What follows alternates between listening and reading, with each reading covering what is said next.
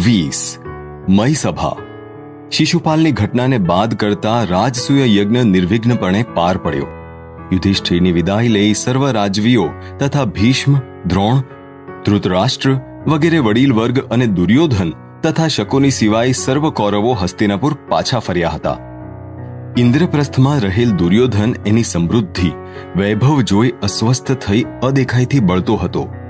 સોનાની ભીંતો અને રત્નના સ્તંભ, સ્ફટિકના કમાડ દરવાજા અને આળસાની ફરસવાળી મયસભા જોઈ તે છક થવાની સાથે ખુશ થવાને બદલે ખિન્ન થતો ગયો. એક ખંડમાં ફરસ પર જળ વહેતું જોઈને ભીંજાઈ ન જવાય એટલે વસ્ત્ર જાળવીને ઉચકીને પગ મૂકવા દુર્યોધન ગયો તો ખ્યાલ આવ્યો કે તે તો હતી ચમકદાર લીસ્સી ફરસ. ફસાઈ ગયાની લાગણીથી એ ભોંઠો પડી ગયો. બીજા કક્ષમાં અતિશય સુશોભિત ગાલીચો જમીન પર પાથરેલો જોયો. એની અત્યંત મુલાયમતા કોઈને પણ એના પર ચાલવા મોહિત કરનાર હતી. દુર્યોધને રૂઆબથી એના પર ચાલવા પગ ઉપાડ્યો, પણ એ ધડાક કરીને પાણીના હોજમાં પડ્યો. એ ગાલીચાનો આભાસ કરાવનારી જળ પર કરેલી રંગોળી હતી. પૂરી રંગોળી વિખાઈ ગઈ. દુર્યોધનના વસ્ત્રો ભીંજાઈ ગયા. મુગટ ઉડીને દૂર પડ્યો.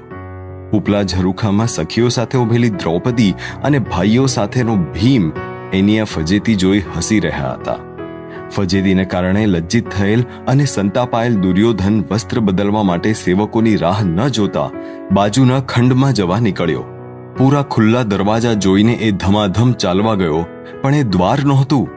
એવો આભાસ કરાવતી સ્ફટિકની ભીંત હતી. માથું ભીત સાથે અફળાવવાથી એને તમ્મર આવી ગયા, પરંતુ એના તરફ દુર્લક્ષ્ય કરી બાજુના બંધ દ્વાર ખોલવા તે આગળ વધ્યો. પણ એ દ્વાર બંધ નહોતું, પણ પૂરું ખુલ્લું હોવાને કારણે સમતોલન ગુમાવી તે આડો તેડો ફસકાઈ પડ્યો. સ્ત્રીઓના હાસ્યથી ફરી ઓરડો ગાજી ઉઠ્યો.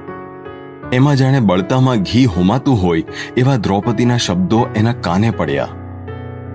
અંધ પિતાના પુત્ર તો અંધ જ હોય ને. આવો ઉપહાસ થયા પછી દુર્યોધનનું ઇન્દ્રપ્રસ્થમાં રહેવું અશક્ય થઈ ગયું. શકુની મામાની પૂછપરછ કરી પછી પોતાનો ઉભરો ઠાલવતા એણે કહ્યું, મામા, હવે મારે જીવવું એકદમ કારમું થઈ ગયું છે. પાંડવોનો આ ઉત્કર્ષ, ઉન્નતિ, વૈભવ, સંપત્તિ જોઈ મને મારી આ અકારી જિંદગી રસાતળ જતી લાગે છે. એને શાંત પાડતા શકુની કહેવા લાગ્યો, વત્સ દુર્યોધન, આ તારો મામો શકુની છાયાની જેમ તારી માટે અહીં તંબુ તાણીને બેઠો છે. તને જે જોઈએ છે તે મેળવી આપવા આ તારો મામો સમર્થ છે. પાંડવ રણાંગણમાં ભલે અજય હશે, દ્યુત ખેલમાં આ શકુની અજય છે. યુધિષ્ઠિરને દ્યુત રમવાનું આમંત્રણ આપ. ધર્મરાજ રાજરીતિ પ્રમાણે દ્યુતના આહવાનનો અસ્વીકાર કરી શકશે નહીં. મામાના આ શબ્દોથી જાણે દુર્યોધનને નવજીવન મળ્યું. હસ્તિનાપુરમાં ધૃતરાષ્ટ્ર પાસે જઈ સર્વ વાત વિગતે જણાવી. થોડીક રકઝક સમજાવટ ધૃતરાષ્ટ્રે કર્યા પછી વિદુરની સલાહ લેવાઈ. વિદુર મના કરવા મથ્યો, પણ કંઈ કારી લાગી નહીં. અધર્મનો આશ્રય લેવાનો નિશ્ચય કરી બેઠેલી દુર્યોધન વગેરે મંડળીને પુત્ર પ્રેમમાં આંધળા બની ગયેલા જન્માંધ ધૃતરાષ્ટ્રે આખરે દ્યુત ખેલની યોજનાની મંજૂરી આપી.